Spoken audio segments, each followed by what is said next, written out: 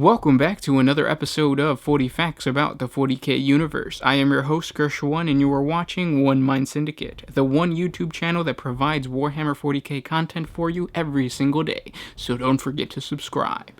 Now, today we're going to be talking about what pretty much everybody should already know, the return of the Primarch of Roboute Guilliman.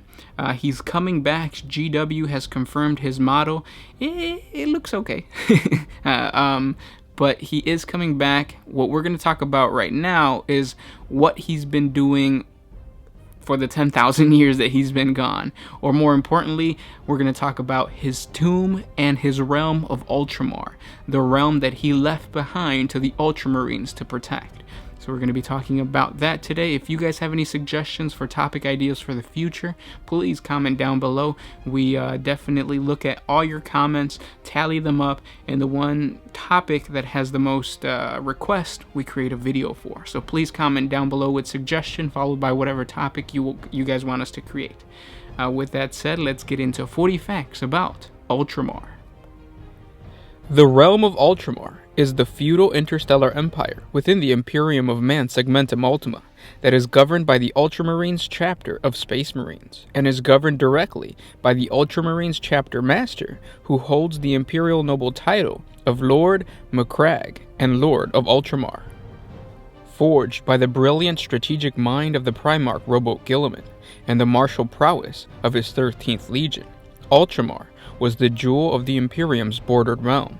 Over 500 worlds torn from the grip of unspeakable Xenos empires and despots of old night. Its worlds do not pay the Imperium's tithes. Instead, they contribute directly toward the upkeep of the Ultramarines chapter. The rulers of the individual worlds of Ultramar are feudal lords of the chapter master of the Ultramarines. This is why the Ultramarines leader is also the Lord of Ultramar, as well as the Lord of Macragge, with all the rights and responsibilities that such titles entail. Just like other worlds in the Imperium, each world of Ultramar raised regiments for its own defense. Most worlds in the Imperium are obligated to provide regiments for the Imperial Guard when required, but Space Marine homeworlds are an exception. In the case of Ultramar, the Ultramarines rule so efficiently and are so prosperous that they maintain several hundred regiments ready and willing to join the Imperial Guard when the need arises. As a result, regiments from Ultramar have fought all over the galaxy, often in campaigns alongside the Ultramarines themselves.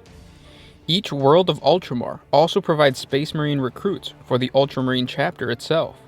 Throughout Ultramar, proud citizens point to public statues of famous Ultramarines who were born to local families.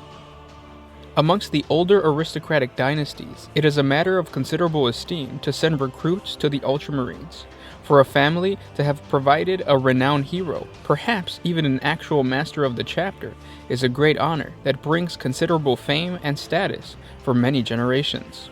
The Ultramarines are unique in that, unlike their fellow Astarte chapters, they control 9 habitable worlds, rather than a single chapter planet, star system, or fleet.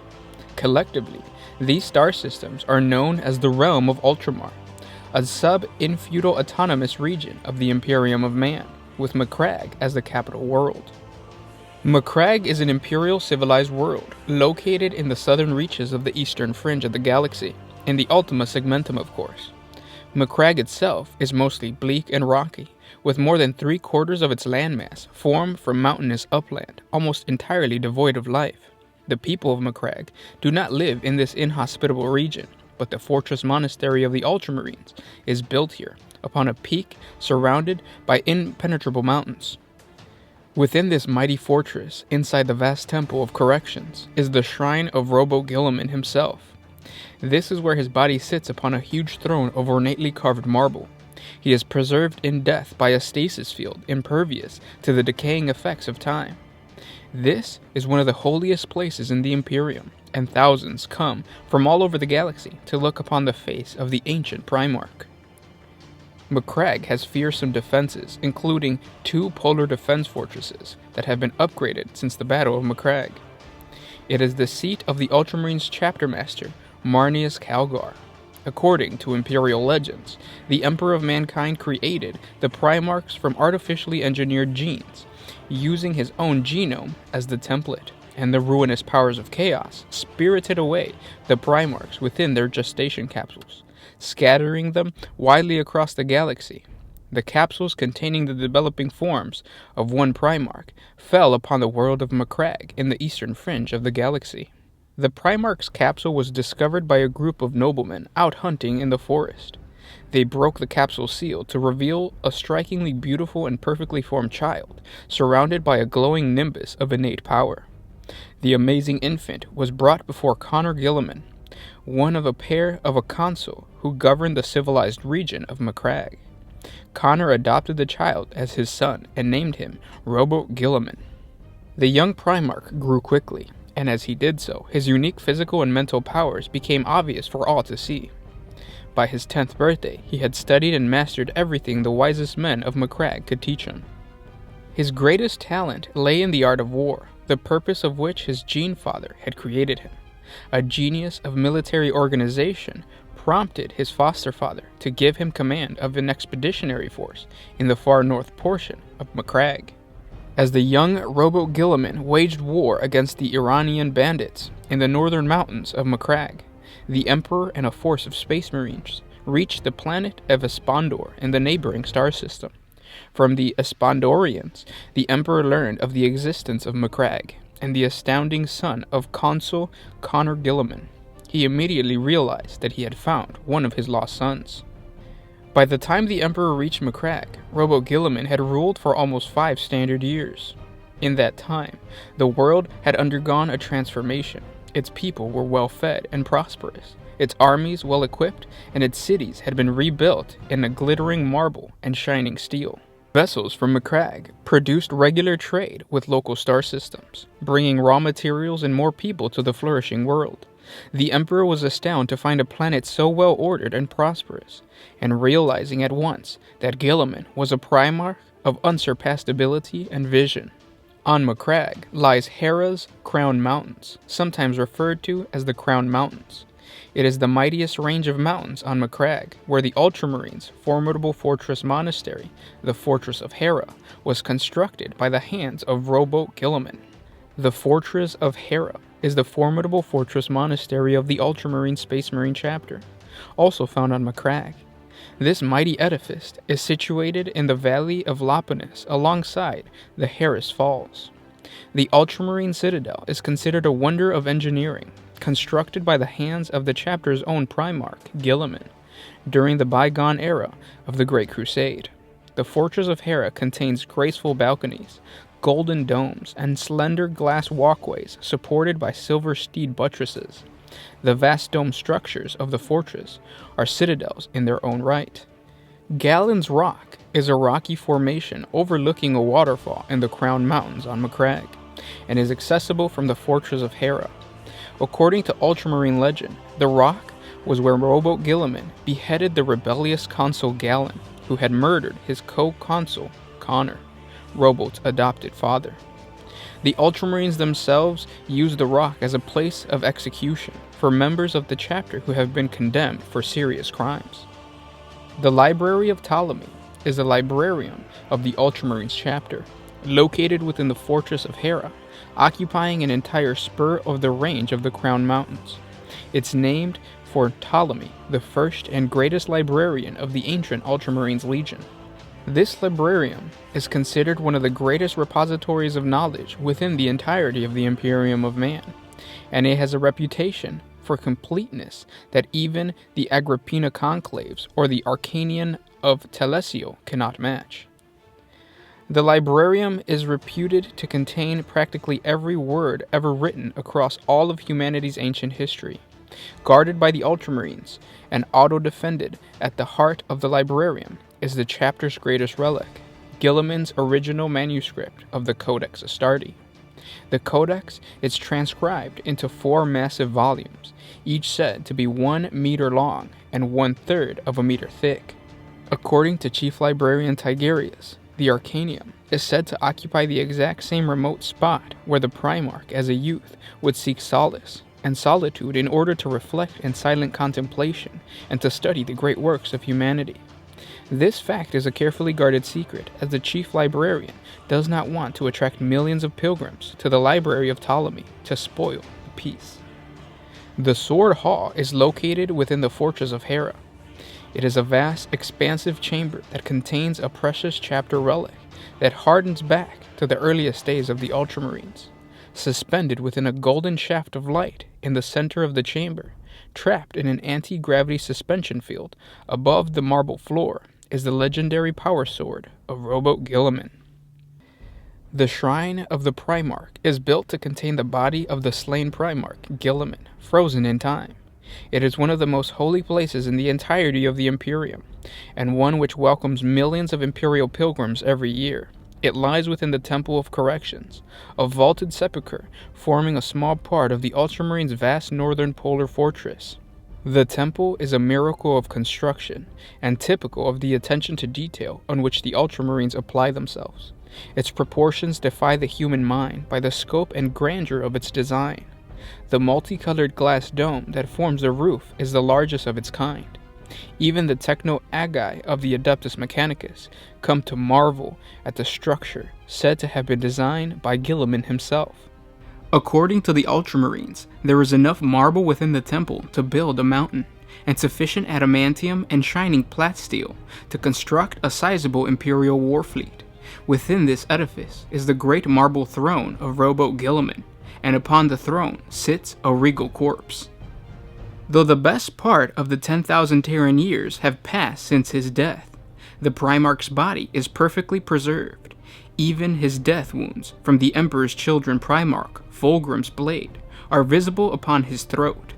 His mortal remains are preserved from the ravage of time by means of stasis fields that isolates the Primarch from the time stream of normal four-dimensional space-time. Everything encompassed by the field is trapped in time and can neither change nor decay. There are some, however, who claim that the Primarch's wounds do change. They say that Guilliman's body is slowly recovering and that his wounds show mysterious signs of healing. Others deny the phenomenon and point out to the sheer scientific impossibility of change within a stasis field. Yet enough believe the stories to come in and witness for themselves the miracle of the Primarch, generation after generation. In the realm of Ultramar also sits the dead world of Prandium. Prandium was once teeming with life. Settlers from Macragge established a colony on the planet after the Horus Heresy. Thanks to a mild climate and fertile virgin environment, the people of Prandium prospered. The planet soon became the most beautiful jewel of Ultramar, a planet of remarkable prosperity and an incredibly rich native fauna. Prandium was destroyed by High Fleet Behemoth in the First Tyrannic War. The lifeless planet is now reduced to bedrock, its atmosphere blown into space by the ferociousness of the Tyranid attack. Also situated in the realm of Ultramar is the three agri-worlds of Quintarn, Tartarus, and Masali. Known as the Triple Worlds, these small planets form a triple world combination orbiting around a common center of gravity, much like Earth and its moon.